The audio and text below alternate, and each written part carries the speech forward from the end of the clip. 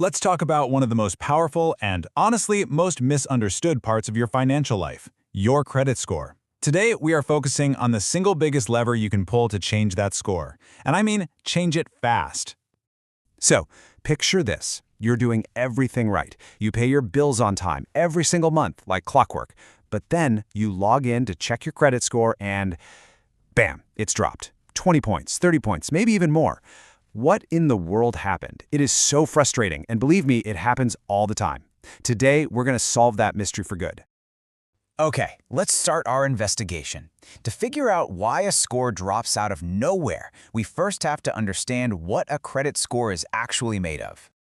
Okay, so take a look at this. This is the basic recipe for FICO score. Now, as you can see, your payment history is the biggest slice of the pie, a huge 35%, no surprise there. But look right next to it, that massive 30% slice called amounts owed. Now, this isn't just about how much debt you have in total. It's about how much of your available credit you're using. And that, my friends, is our prime suspect. It has a special name, credit utilization. The credit utilization ratio. It sounds kind of technical and boring, I know, but it's actually super simple. It's just the percentage of your total credit limit that you're using at any one time. Think of it like a fuel gauge for your credit cards. So, how do you figure out what your own utilization rate is? Well, the math is surprisingly easy, and once you get it, you unlock the key to taking real control of your score. Let's just walk through this example right here. You've got 2 credit cards. First thing you do is add up your current balances. In this case, that's $3,000. Then you add up your total credit limits. That's $10,000. And then you just divide the balance by the limit. So 3 grand divided by 10 grand is 0.3. Turn that into a percentage, and there you go, 30% utilization. Simple as that. Okay, but why does this one number matter so much? Well, because in a lender's eyes, a high utilization rate is a red flag for risk. It kind of suggests that you might be stretched a little thin, that you're relying heavily on credit to get by, and this is the key part, even if you have a perfect record of paying on time. Now, you've probably heard a rule of thumb about this, so let's talk about that rule, and then let's look at what the data really says about people who have those top-tier, amazing credit scores. The advice you hear everywhere is keep your utilization below 30%. And you know what? That's really good advice. It's a great guideline that will absolutely help you avoid doing major damage to your score. But if you're aiming for an excellent score, 30% isn't the finish line. It's more like the starting block. Now, this is fascinating. This is based on real data from Experian. Just look at this. People with good scores, they're hanging out right around that 38% mark. But now, look up at the top. The people with exceptional scores, we're talking the 800 and up club, their average utilization is not 30%. It's not even 20%. It's way, way lower. 7.1%. Let that sink in. The people with the absolute best credit scores in a country are on average using less than 10% of their available credit. That right there is the real goal if you want to maximize your score. But here is the fantastic news about all of this.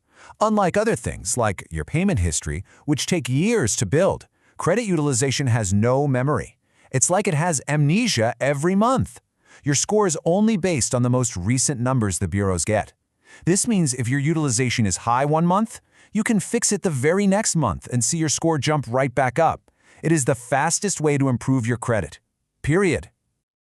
All right, this next part, this is the biggest aha moment for most people. This explains exactly why your score can drop even when you are the most responsible person in the world and pay your balance in full on time every single month. Does this sound familiar? You use your credit card for everything to rack up those reward points. You spend, let's say, $4,000 on a card with a $5,000 limit. Then when the bill comes, you pay the whole $4,000 right off before the due date. So your utilization should be 0, right? Wrong. Here it is. This is the secret. Your credit card company doesn't report your balance to the credit bureaus after you pay your bill. They typically report the balance that's on your monthly statement on the day that statement is generated. That day is your statement closing date, and it is not the same as your payment due date.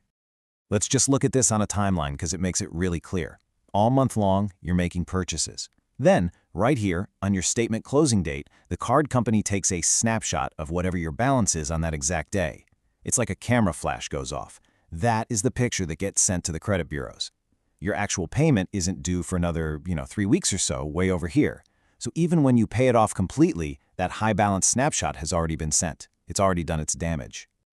Okay, so now that we've cracked the code, how do we use this knowledge to our advantage? It's time for an action plan. Here's how you can take direct control of this number and, in turn, your credit score. The strategy is incredibly simple. It's a 3-step process. Step 1, look at your credit card statement and find your statement closing date. Circle it, put it in your calendar, whatever you need to do. Step 2, make a payment before that snapshot date. You don't have to pay it all off, just pay enough to get that balance way down, ideally under that 10% mark we talked about. And then, step 3, just pay the rest of the balance by your normal due date so you don't get hit with any interest. That's it. You have now taken control of the story being told about you. So let's just quickly recap the big ideas here. 1. Utilization is a massive piece of your score, 30%. 2. The 30% rule is fine, but under 10% is where the magic happens for top scores. 3. The most important date on your calendar is the statement closing date. That is your snapshot day. And finally, by making a payment before that day, you can control your utilization and boost your score faster than any other way possible. You now have the power to control this. So as we wrap up, I'll leave you with this little challenge. Think about your own cards right now. What's one balance you can lower before its next statement date, just to see how this works for yourself? For more explainers like this that put you in the driver's seat of your finances, make sure to subscribe to our channel. Thanks for watching.